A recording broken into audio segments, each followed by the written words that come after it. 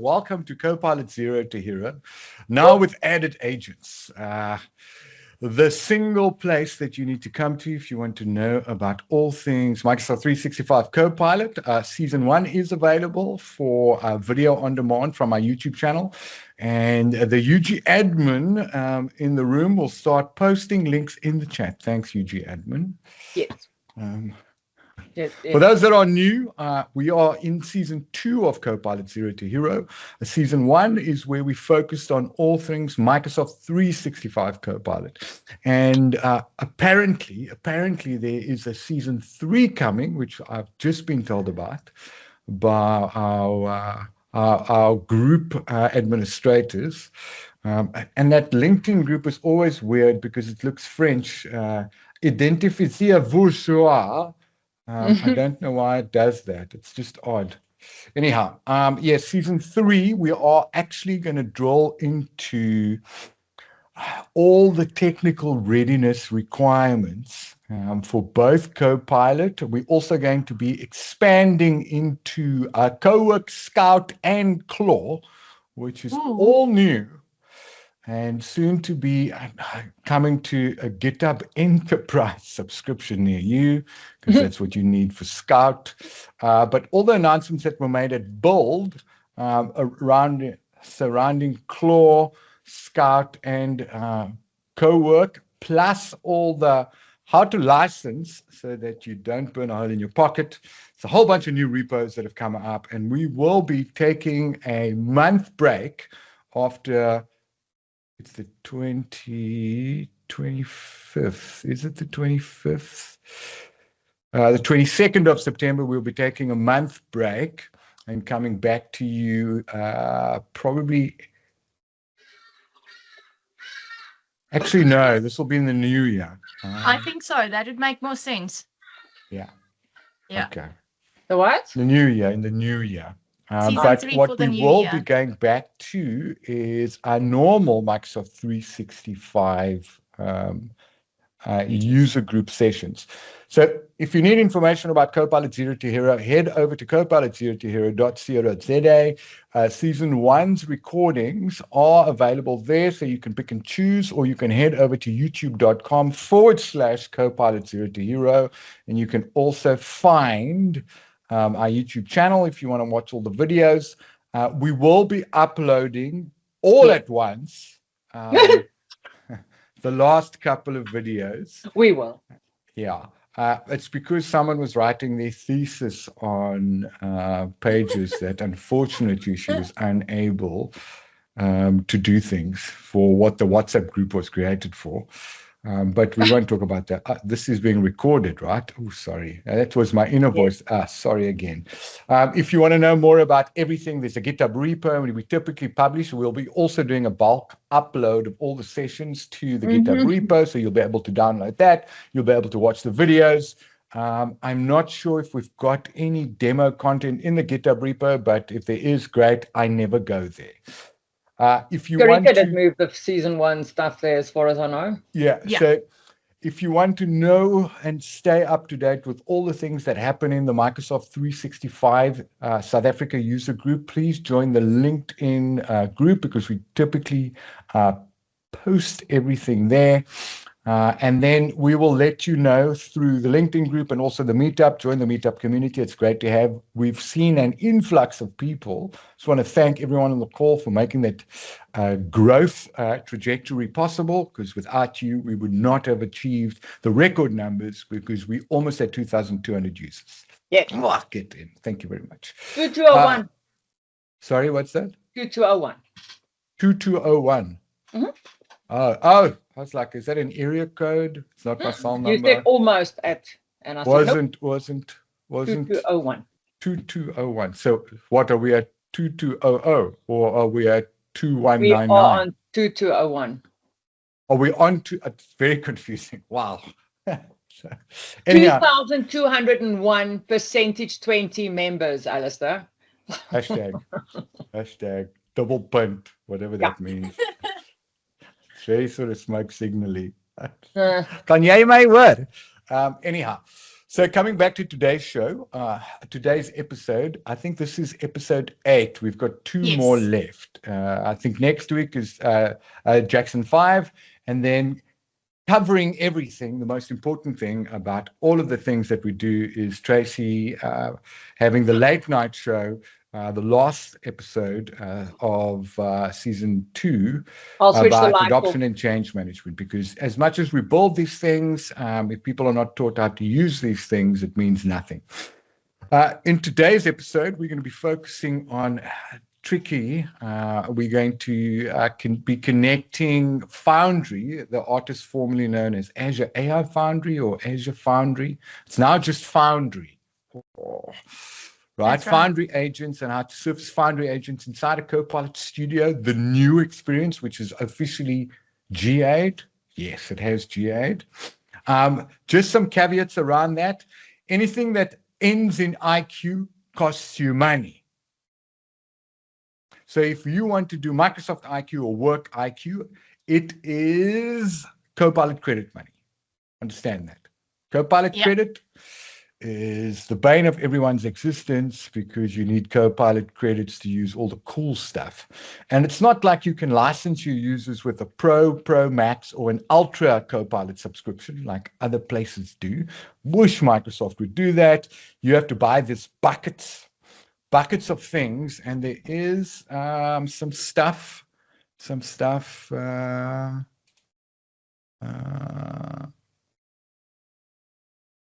Where is it? There was a link somewhere. There's a link to new GitHub resources around Copilot value things, and I will find it later and I'll drop it in the chat. That's right, yeah. Some Copilot skills and all of that. The Copilot cat team has been really busy. I don't know if it was them. If I can find the link. I'll share the ones that I have as well in the chat after the session. Yeah. Okay. So I'm going to hand over, without any further ado, I'm going to hand over to Karika, who's going to take us through things that hopefully doesn't cost me money. It might just cost a little bit, but not too much. Little bit. Just little. Yeah, I want to say this is Microsoft, so don't get your wishes up. Gosh, so good evening, everyone. Thanks for that awesome intro, Al. So as most of you, for those who don't know me, because most on the call do, my name is Karika Botha. I'm the founder of Lamanta. And today we're going to talk a little bit about something that might sound very complex. So even me, myself, low-code, no-code developer, I dabble mostly in Copilot Studio, not really so much in Foundry. But I found the way that it's improved and how easy the process has become quite actually refreshing to be able to add a Foundry agent so easily. I did run into a little caveat, which I will go over when we deal with this. And these are typically the things which makes people go like, no, I'd rather just play with Copilot Studio. But with today's session, we're going to just see how we can bring Foundry agents into Copilot Studio, and then how Copilot Studio becomes the orchestrator. But with that said, because I have this habit of talking before my slides or talking over my slides, let's go into the next one. So the first thing is just that I want to note is that one agent doesn't have to do everything. And I know some of us might be like, wait, what?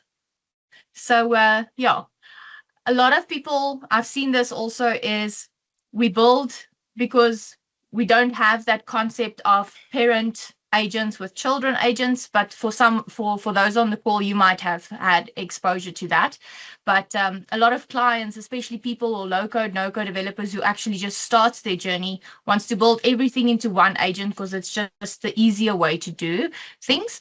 You don't have to. So one agent really doesn't have to do everything. The truth of the matter is the more things you throw in an agent, like knowledge, tools, other agents, the vaguer the answers become, and it becomes quite messy when, and we'll go over this a little bit when we do the demo, is when you start describing those tools and knowledge sources and child agents that you link to this parent agent. So if any of those descriptions kind of overlap in their definition, the agent doesn't necessarily know when to use what or what is the best choice to go with. And that's when you end up with hallucinations and not the right results being delivered.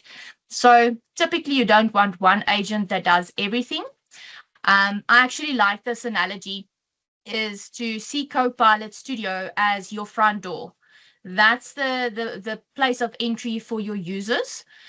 So they don't necessarily need to know everything that goes on the background and how you orchestrate all these tools coming together.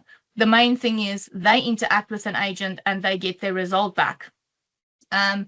With that said, also is also not to, when we do build that orchestration, to not build it to be too complex, because obviously with every tool, every knowledge source and every agent that we link into this main agent, it causes a bit of a delay eventually when it gets that feedback or gives the feedback.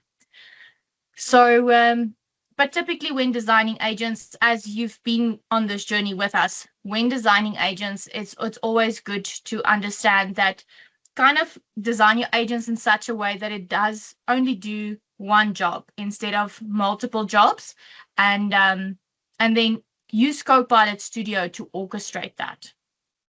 So I know Al mentioned the new experience. I actually built the demo today not using the new experience to save you some money, Al, because everything is license driven. And with, I think it was the 3rd of August, it was announced that we got this GitHub guardrail around Copilot Studio, which means even if you build an agent now in the new experience, the tests are also charged. Previously, they were free, but now in testing, you also get charged for the tests that you run. So just be cognizant of that. So what we're going to be building tonight, it's just a use case that I thought of that works in my space, the space that I move in, as I mentioned, low-code, no-code developer. So as a maker, and maybe you have some citizen developers, especially if you think of large organizations, enterprise organizations, the flow broke, and now they need IT support to come and help them. So Copilot Studio is the one that kind of houses the support agent. But then what we built in Azure Foundry or Microsoft Foundry is what we call a flow doctor. So that is almost like your specialist. So think of it as that Copilot Studio deals with all the easy tasks or easy questions, things that's simple enough to deal with. But your Foundry agents, because the moment you move into Azure Foundry is when you really want to build complex agents that can do much more than the ones that we build in Copilot Studio. So think of that one as your specialist, those who can solve really complex tasks, and you've got access to so many more models. I was actually quite shocked while I was doing some research for the session, because as I mentioned, I don't live and breathe in the Azure Foundry space. There's, I think, more than 11,000 models that you can use. That was insane when I saw that. That's just crazy. And so it obviously gives you a lot more, but you also need to know, you have to be much more technical to build or you kind of make in that space. And then our demo this evening will be just the Copilot Studio and Foundry bit, but you could always add, maybe once the results come back, you can log a requests via Power Automate or SharePoint. I mean, the world's your oyster in what you want to do with this. So just quickly on how to think of it. So the core message is to know that Copilot Studio is the orchestrator as well as the user experience, because the user will be using the agent through either Microsoft 365 Copilot or Teams, wherever you publish it to. So that's once again, as we've mentioned, the front door, whereas Microsoft Foundry supplies that specialist intelligence that we talk about. So, you know, that advanced tech that goes into it. It's really, if you think about it, it's the expert behind the tool. So because you just have access to so much more when it comes to Foundry, you've got access to all the models, You can build custom MCP servers. This is also a nice option because while I was thinking of the scenario, I was thinking this would actually be great, especially if people need to feed information about their flows that's got PI that belongs to the company. So this is nice to have it handled through an agent that you build through Foundry instead of them pasting it in like a GPT or a Claude. I know these days they also come with their own guardrails if you are on the premium version of these tools. But if not, you don't want your people pasting things out there trying to solve their problem when they can actually have an agent help them solve it internally. Cool. So just a little bit of a decision tree. I've actually watched so many videos because these days it feels like there's just so many options, so many choices. I know for business people using Microsoft 365 Copilot, there's Agent Builder. Then we have Copilot Studio. Then we have Azure Foundry. So often what comes up is like, okay, when to use what and what's the purpose of all of them. They do all have their own purpose. And I've actually seen, I don't have that in my slides, but someone on YouTube actually presented a nice scale. And it's always that developer scale. So it starts with your business users at Microsoft 365 level. The agent builder there is just for them to kind of make their jobs easier. It is limited from what I could hear is that the knowledge sources that you can add on an agent builder is, for instance, just public websites and SharePoint or OneDrive. That's the limit of or the extent of where it goes. Obviously, if you wanted to connect to things like Dataverse and have access to more tools, that's when you will transition into Copilot Studio. And then lastly, when it becomes pro code and absolutely niche scenarios, you would move over into Foundry. So in essence, as the fact that all three of them can be used as a standalone, it shouldn't become a this versus this versus this. It's more a how can I use them all together if needed. But once again, as I've mentioned, it's not necessarily that you should. So sometimes you just need Copilot Studio, and sometimes you really just need Foundry. There's no need or real like. It's not mandatory for you to combine them. So it's actually just really when you need it that you will use both. And that's why the scenario also is very niche. I don't think it would be used a lot. It really depends on the use case that where you would use both of them. And that's just, I don't know if anyone has any other view on that, if anyone on the call has had scenarios. Yeah, I have opinions. Go for it. Not that I was listening to everything. I was on another call now. And then I saw the slide and I turned the volume up and then you asked the question. You should never say, does anyone have an opinion?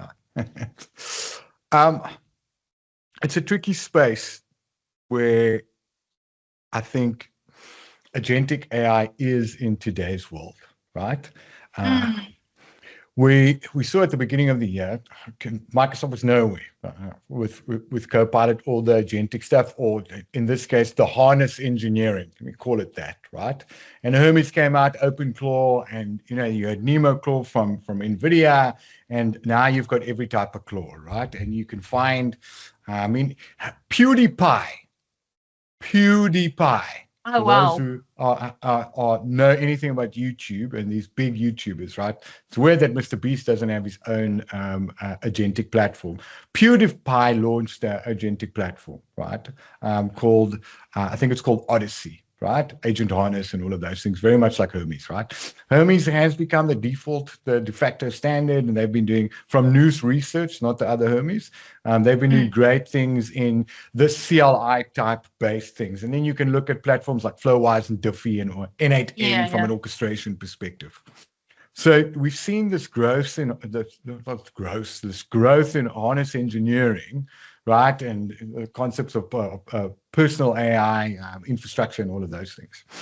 Now, when you start looking at, you want to build real agents with that doesn't have the limitations that something like Copilot Studio has, because that's in an ecosystem that's sort of self-sustaining. And if you speak to Reichardt, he'll talk to you about context windows and all of those things, right? And Microsoft doesn't have any documentation around the size of the context window. They're neither here nor there, and they won't tell you when you run out of tokens, and like the Anthropics and the OpenAIs of the world. If you want that sort of experience, you need to go to Foundry. Yeah. Now, what defines this? And we've got a customer in Hong Kong that said to us, come talk to us about agentic engineering. It was the terms that they use. So almost as if to say to us, we've got various tools that do AI, right? And every tool that you use inside of your organization says, try AI. Even Canva's got AI. Envato Elements has got AI. Everything's got an AI section to the application, right?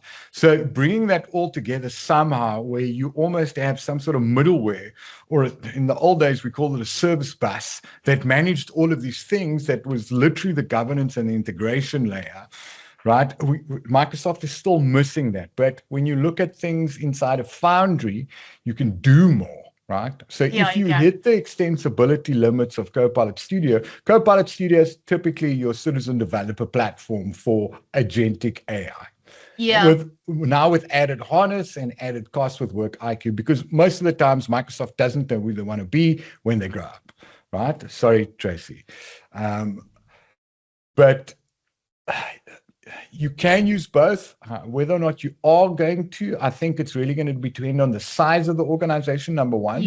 Number two, the maturity of understanding what the organization does, which is a big thing. So do you have all your processes documented? Because right now you can walk that into an AI of your choice, and it will actually build these things out for you and give you recommendations on that. I recommend that before you start doing any of these things, go spend money on Claude, right? Go buy a subscription and throw everything at Claude and ask Claude to make recommendations around when to use Foundry and when to use Copilot Studio. Yeah. It sounds antiquated. Absolutely. It sounds antiquated, but trust me, you'll thank me later. Hey, Tracy. So yes, when to use what? I think Foundry is more of a platform when it comes to agentic things, right? It's a platform. It's not just a front end. Whereas Copilot Studio, it becomes your reasoning kind of layer and model where you can integrate with code more. The Copilot Studio is more conversation and business action. It's the lightweight stuff. So if you wanted some sort of, and they kind of do it, but they don't do it well, right? And you don't even know when it's doing it, right? So if you are building like AI stuff, right, where you're dropping an orchestration engine down that says, okay, I've got 5 models that I want to make available to any query that comes through. I might have Queen Coda in there. I might have 3.6. I might have 3 in there. So I've got a 35 billion. I've got a 30 billion. I might have some sort of, I forget that one, but it's tiny. And then your orchestration engine decides what language model I'm gonna use in order to perform the function. Like in Perplexity and Claude, if it's set to auto, it will decide which one to use based on the query, right? And Foundry is your friend for things like that. Exactly. Right? Copilot Studio not. Right? Especially when it comes to token efficiencies, right? So it really comes back to the requirement. And if you are actually going to go and look at building out this agentic engineering layer inside of your organization, if that's the case, go straight to Foundry. Forget Copilot Studio, right? Copilot Studio is where citizen developers are going. If you've got people building your process engineers inside of your organization, give them Copilot Studio. 100%. Right? But for the heavy lifting, where you could bring your own model and do cool shit and have that harness that you've been desperately after. And it's usually, companies that have gotten to like at least a level 200 where, AI is not new. People are using it. They're asking for more things. Gluing the two together where you've hit and it's really for process engineers, we have hit the limitations of Copilot Studio and what Copilot Studio can do. They can branch out. Yeah. 100%. 100%. And also, I would say also, Al, for companies and everyone on call, for companies where they have their own custom models that they want to expose, but not necessarily do it through Foundry only. They also want to expose it through the Copilot Studio agents. You could do that. Yeah. So, okay. Lekker. Great. Thanks. Thanks for your opinions. I don't know if anyone else has other opinions. If not, I'm moving along swiftly. Good. So basically at the moment, what we have inside of Foundry is you can build two types of agents, right? You can build a prompt agent, which is kind of just instructions and tools, very similar to what we get in Copilot Studio. It's got no code, no containers. And then you have a hosted agent. That is when you actually bring in your own code, you bring in your own framework. It's a managed endpoint, and it's got its own agent identity. So those are the two main ones that you get inside of Foundry. I'll show you a little bit when we jump over to the demo. And that obviously, we've also got Foundry IQ. As Al has mentioned, anything that's got IQ next to it does cost us money now. So we will use these things wisely.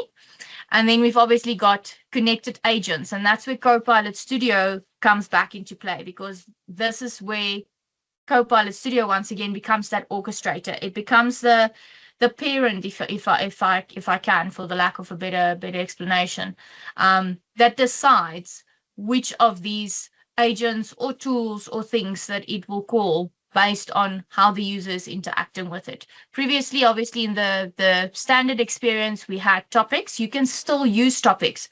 I've actually seen an example, was it today, where someone used topics, and that's how they brought in the custom model that they built in Foundry to respond to a request that a user was giving it. In our demo, we will not be doing that one. We're just adding and bringing in that agent that we built. We are building a prompt agent that we've built in Foundry. And once again, this is a very simplified use case that we've built for today, but you can obviously, the world's your oyster on what you can do with that. So just very quickly on the demo that we have today, typically how the request would travel is would start with the user that either via Teams, the web, or Microsoft 365 Copilot would say, listen, hey, I've got a problem. Copilot Studio would take that input and decide how it wants to deal with it. Does it just give it an answer because it's a simple enough question, or does it go to its specialized agent, which is now living in Foundry, to actually give a more detailed response for what's required? So then obviously after it hits that one, then it will obviously work through the models and tools that we've added to our agent. I didn't add a whole lot in the Foundry one, because once again, I was thinking of pricing. Because these things are really expensive.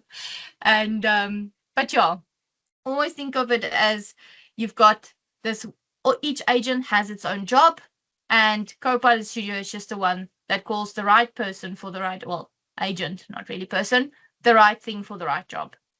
Okay. And then obviously optional, what you could do, and that's the whole idea of agentic, or when an agent becomes agentic, is when it can actually do an action and not, it isn't just conversational. So first things first, because I would like for you to also, if any of you on the call have not yet set up a Foundry agent, these are kind of the things that you need to have in place to make sure that you can actually do this. So obviously you need to have Copilot Studio access with your standard harness features enabled. So I just used the standard one today. I'll show you what I've built just now. You obviously need permissions to edit the agent in the target Power Platform environment. Then you do need a Microsoft Foundry project that you can create agents in. So obviously I am very privileged to have admin privileges on the tenant that I was working with today. So I could just go ahead and create that. Not everybody necessarily has that. So I'll show you today what it is that you would need to create. So for those of you who don't have those admin privileges, you would obviously need to log a call with your IT and ask them to create that for you. But once again, only if that use case is what that requires. You also obviously need a supported model from the Foundry catalog. Something that I found out today, which was new to me, is you have to have the role at minimum, the Foundry user role assigned to your name if you are building in the Foundry space, because else you can't build those prompt agents that I just mentioned or talked about. I could build the code one, but I couldn't build the prompt one without that Foundry user role. So that was very interesting. You also need, obviously, an agent created in the new Foundry portal. It has to be the new Foundry portal, because if you build it in the old or standard Foundry portal, you're going to get a 404 because the Copilot Studio can't talk to or doesn't see that agent the way it's set up at the moment. And then, obviously, you need the Foundry project endpoint URL. You need the Foundry agent ID. You need the rights to create the Copilot Studio connection to Foundry. So that's also very important. So the user that you use to set up all these things needs to have the right privileges. And then obviously an agreement on the consumption cost. So like Alistair and I had, he was like, don't spend a lot of money. Please be aware that this is linked to my credit card. I was like, yes, noted, duly. And so, yeah, you need an agreement. So make sure if you're not the one administering it, the people that are administrating your Azure, and even these days your Copilot as well, be sure to put those budgets and stuff in place, those budget rules. I think it's very important before you just let people start building, because else you're going to get a shock of your life. And then obviously confirmation that the preview feature is available in your tenant and your region. Something that I want to mention also with the demo that we will be building today, the Azure AI Foundry, or adding the agent to Copilot Studio, it is currently in preview. So a disclaimer with everything as we know it, if it says the word preview, please don't put it into production. It might be in preview for long, but please still don't put it in production until it is generally available. Okay. Yes, Trace? I have a question about that, putting budgets in place. Yes. Because it's like saying, listen, everyone can create teams, but just tell them not to create teams. And I'm like, meh, how's that going to work? Is there actual physical guardrails you can put in place? No. Cool. I will not be building any of those things. Really? You physically can't camp it down if it's linked to a credit card? No, like can't you put a limitation though, a spend limit? It's like a credit card that you can go over. Oh wow, I did not know that. So remember, Microsoft has got SLAs. They've got service descriptions for each service that they offer you inside of their environment, right? And then they've got SLAs attached to providing you with the availability of said service, right? Okay. Thirdly, Microsoft wants to take your money. Yes. So as much as there's things like Azure Plan, Foundry lives in Azure, by the way, and Copilot Credits is attached to an Azure subscription. Good. An Azure subscription requires a valid credit card. It does. So what happens is when you look at Copilot credits or anything, so even stuff in Purview, right? You still need, you attach your M365, your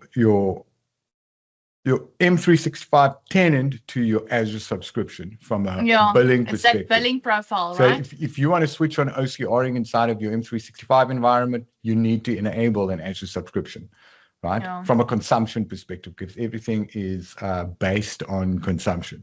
So what happens is you go and say, oh, I'm going to set a limit. It's a soft limit, because if they switch the service off, that means that their service description and their SLA, it's in contravention of it. So if you look at how Copilot credits work, you buy that $200 25,000 message pack, but at the same time, you've got pay-as-you-go services enabled as well, so that if you go over the $200, you just pay per message. Yeah.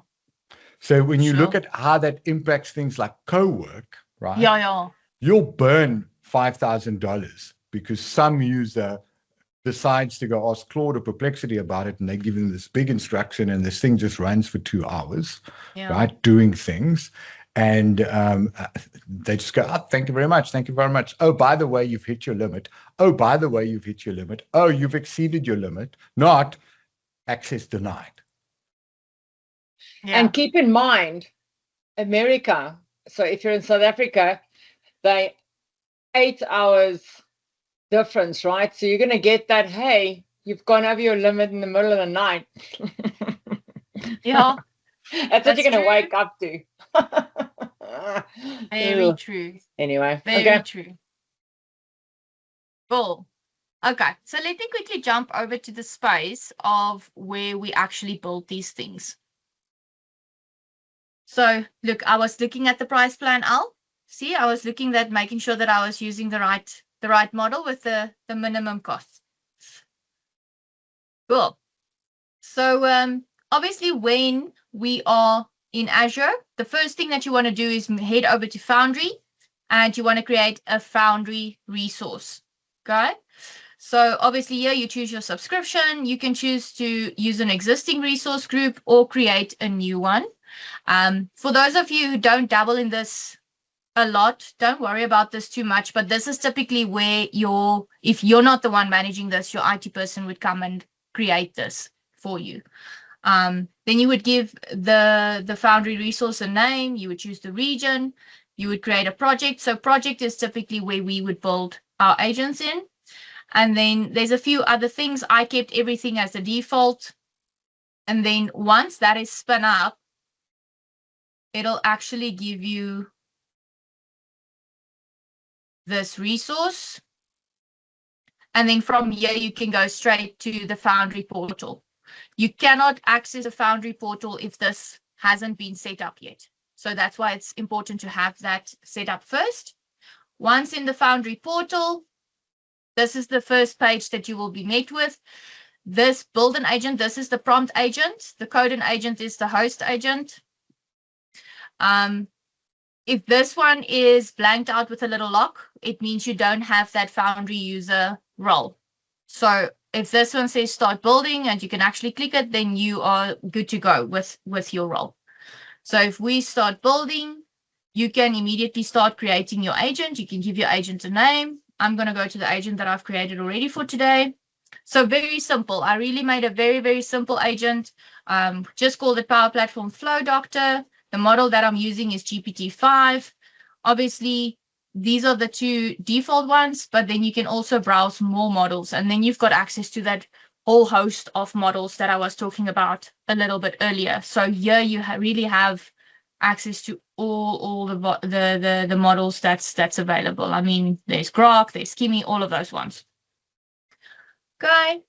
Then instructions. I mean, by now, I'm sure most of us know that the instructions is what tells the agent what it should be doing and how it should be doing it. So this is obviously very important for our agents. So here we're just telling it that it is the Power Platform Flow Doctor Specialist Troubleshooting Agent for Microsoft Power Automate. And we kind of tell it, we give it the instruction of how we want it to respond to the user. So we say it needs to identify the action, expression, trigger, and then it needs to explain the root cause in plain language, needs to recommend the corrected expression, and then give practical validation steps, also state clearly what information they still need if the evidence is incomplete. We've also got boundaries. So this is something that's really important when building agents, is also telling it what it should not go over or what it should not do. That's really helpful. So never invent field names, schema properties, connector behavior, or environment settings. That's really important from a Power Platform perspective. Never state a cause with confidence when two or more causes are plausible. And if the request contains no error text, no expression, and no describable symptom, do not guess. So just putting some boundaries in place for your agent. So that's the simple agent that I've built just in Azure Foundry. Obviously, this can become really complex. You can build onto it. You can make it custom with code and all of those things. So once I've built this, I just clicked on publish to publish this agent. But there's two things that I'm going to need for this agent when I move over into Copilot Studio.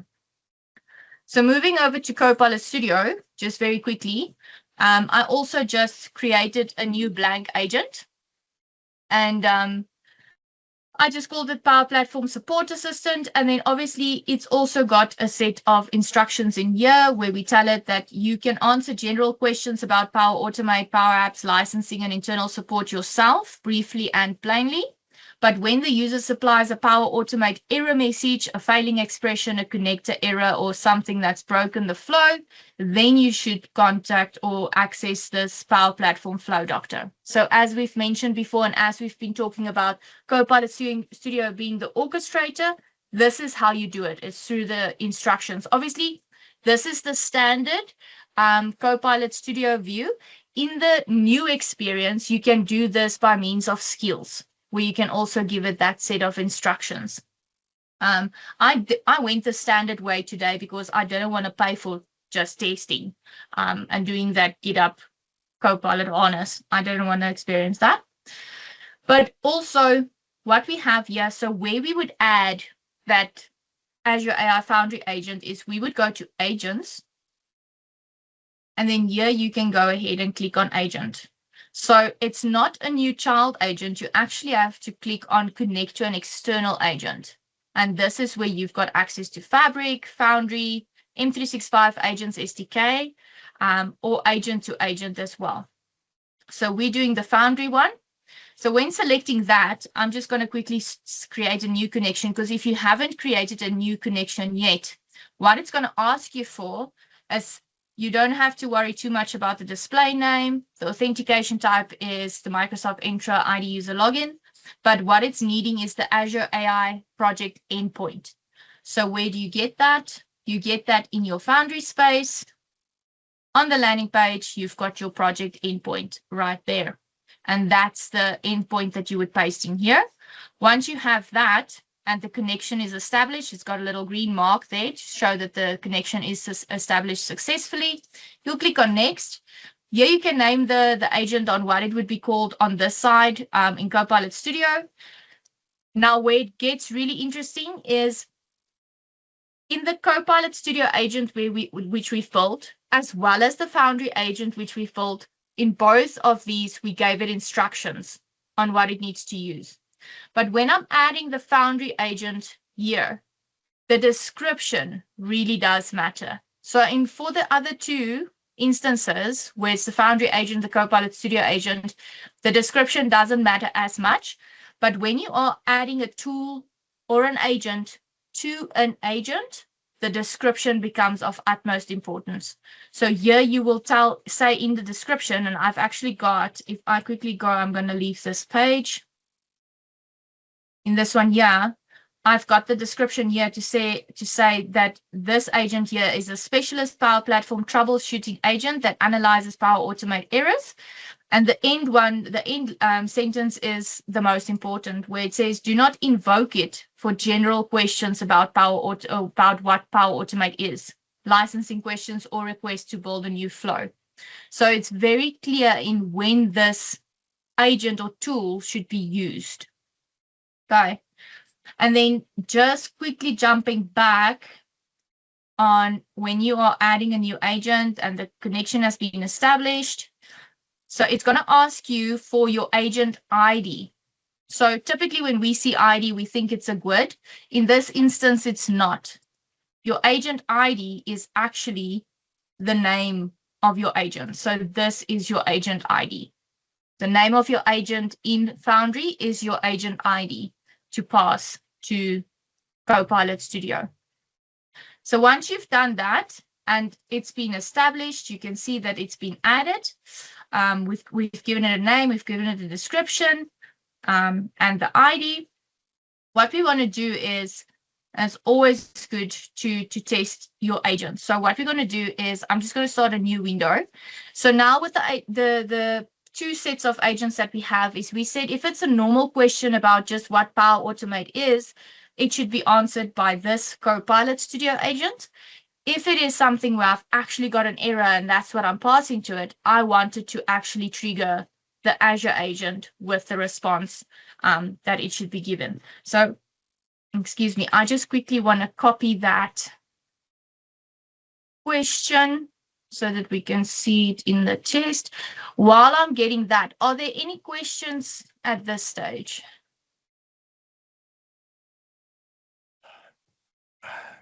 I just never ever liked this interface. Yeah, the standard interface is not great. I like the new experience, I really do. But the moment they told me that they're going to charge me for testing, I was like, well, then no.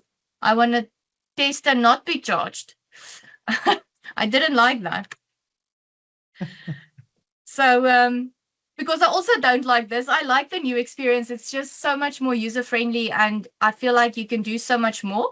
So what you would notice is I asked it, what is Power Automate? It did give me a response. But if you look at the activity window, which is on the left, you can see that it didn't trigger anything specific. So this was purely the Copilot Studio agent answering me here. However, if I feed it the question with an actual error. So the question is just, my flow says that trigger body text cannot be evaluated, diagnose it, and tell me exactly what to check. So if I say this, you'll see that it actually identifies that this type of question is something that our specialist agent needs to answer, and therefore it triggers our Foundry agent. Okay. So here it will go. It's going to go and fetch the response now, and then it's going to feed that response back. So you'll notice also the response is a little bit slower than the first one was, and that's what I spoke about when I said it's great to use Copilot Studio as this orchestrator, touching on agents and all of these things, but also don't make that too.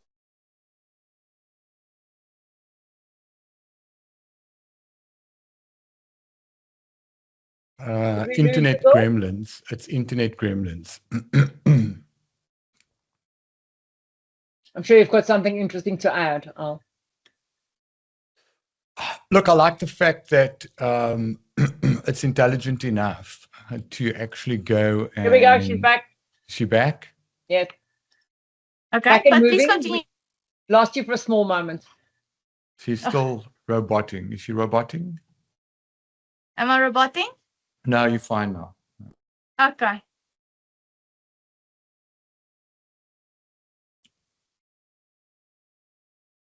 No. What three hook? What is that? Yeah, that's new. No, it's been there for a while. Oh, maybe I don't. Look, the fact that it's intelligent enough to know when to go in and out for all of these things, when to focus on just working inside of the parameters of the session, and when it actually needs to go out there and live dangerously by invoking that. Oh, weirdly enough, I need a screenshot. Don't change anything. Please hold. Golden. Thank you. Look at the description under Power Platform Flow Docker, that little text below it. Yeah. Can Microsoft please fix? I've been telling everyone to not call it Azure AI Foundry, but just Foundry, and yet in their product, it's still god-awful. Welcome to Microsoft. I know just the guy to send this to. Yes. Yeah.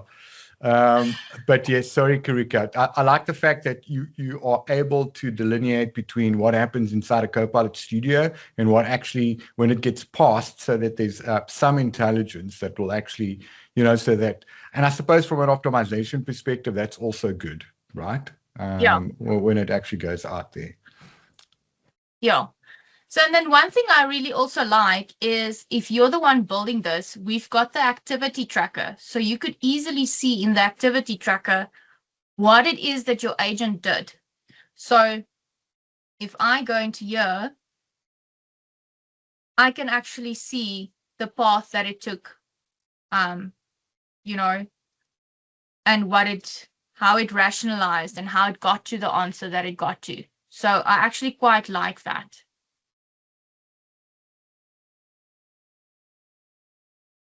Cool. I shouldn't have stopped sharing. I should continue sharing. I just wanted to switch back to my presentation. That's all. Right, let me quickly share this again. Right. So just to recap a little bit of what we built, we obviously built the flow adopter in Foundry. We gave it some instructions. We gave it some boundaries. We also chose a model. There were some tools. We didn't use any tools in this demo, but it really is as easy as that. So when I started, I mentioned that, you know, something that felt extremely complex, because this isn't a world that I necessarily live and breathe in every day, it could feel a little intimidating. It's actually quite simple to bring those in. And then obviously after that, we tested the specialist on its own first. So we gave it a known error. And this is kind of, it gave us the response as to what failed, why it failed. It's very similar to how we put the instructions out there, where we said you need to tell us what it is that's wrong, why it's wrong, and your recommended fix. And it gave us the response in that format. Okay. And obviously just a little bit of a recap, connecting the Foundry agent to Copilot Studio. You would need to open your main agent, go to the agents page, select the agent, connect to the external agent when you pick Microsoft Foundry, and you provide it with the project endpoint URL as well as the agent ID, and then you can add the agent. So this is also, as I've mentioned before, you can only add agents that's been created in the new Microsoft Foundry portal. So if I just quickly jump back to Foundry, you will see that there's this little toggle here that says New Foundry. That toggle is not switched on, then it means you're not building your agent in the new Foundry portal. Okay. So the description is what the orchestrator reads. As I've mentioned, when we add this agent, it's very important to describe what this tool or agent or knowledge source needs to do, because that's what the Copilot Studio agent is reading to decide which one of these tools it should trigger when a question is asked by the user. So this is just some of the tests that we've went through. And this is how we just followed the orchestration through the activity map. So with the first question that we asked, it was the Copilot Studio agent that answered. With the second one, we could actually see in our activity window that it triggered our Azure Foundry agent, and it gave the response in the format that we wanted it to do. So, so what changes when you demo? So obviously, a lot of us, we build these agents. A lot of companies are dabbling, but I haven't heard of a lot. So I know there are companies who's put agents in production, but I haven't heard of a lot, like excessive amount of companies who's put their agents into production, because I think so many people are still figuring out what it is that they want these agents to do, what they want the architecture to really look like. But what changes when your demo actually becomes a production solution? So things that we've actually covered through the whole season 2 so far is obviously data. Data really plays a big role. What's the data that crosses between your agents? What's the boundaries and residency of your data, as well as the sensitivity and retention of that data? Identity is really important. I know Al, I think 2 sessions back, spoke about governance and how we govern these agents that we build. It is really important to understand who's got access to what, who's got access to building in Foundry, who's got access to building in Copilot Studio, as well as building in Microsoft 365 Copilot as well. So we also get an assurance, so traceability from end to end, testing and evaluation. These are things that really gets exposed the moment that you productionize your solution. And then obviously with operations, you get error handling and fallbacks, as well as cost and consumption on both platforms. I think cost is probably one of the biggest things right now, is understanding, because the licensing model, unfortunately, from a Copilot Studio perspective, is complex. I feel it's very complex. I mean, like Al mentioned, if you think about GPT or Claude, it's simple. You pay a premium, you get so much consumption, and you can go and do whatever it is that you want. But I often think that the licensing model within the Microsoft space is a little bit more complex. So yeah, it's very, very important to look at all of those things. So if there's just 3 things that I would like you to take home today, is that you need to give each agent a very clear job when building these agents. Test your specialist agents. So especially if you're bringing in external agents into Copilot Studio, test them before connecting them to Copilot Studio. And orchestration's only as good as your description, as your permissions and your boundaries. Go. I see I've got a double boundaries there. Nice. And then just a little bit of documentation. So if any of you want to go and read a little bit further, these are the links where you can read a little bit further about these topics. We will be sharing the slides, as Al has mentioned as well. We've got our GitHub where we will upload these for you to consume. And that is the end of my presentation.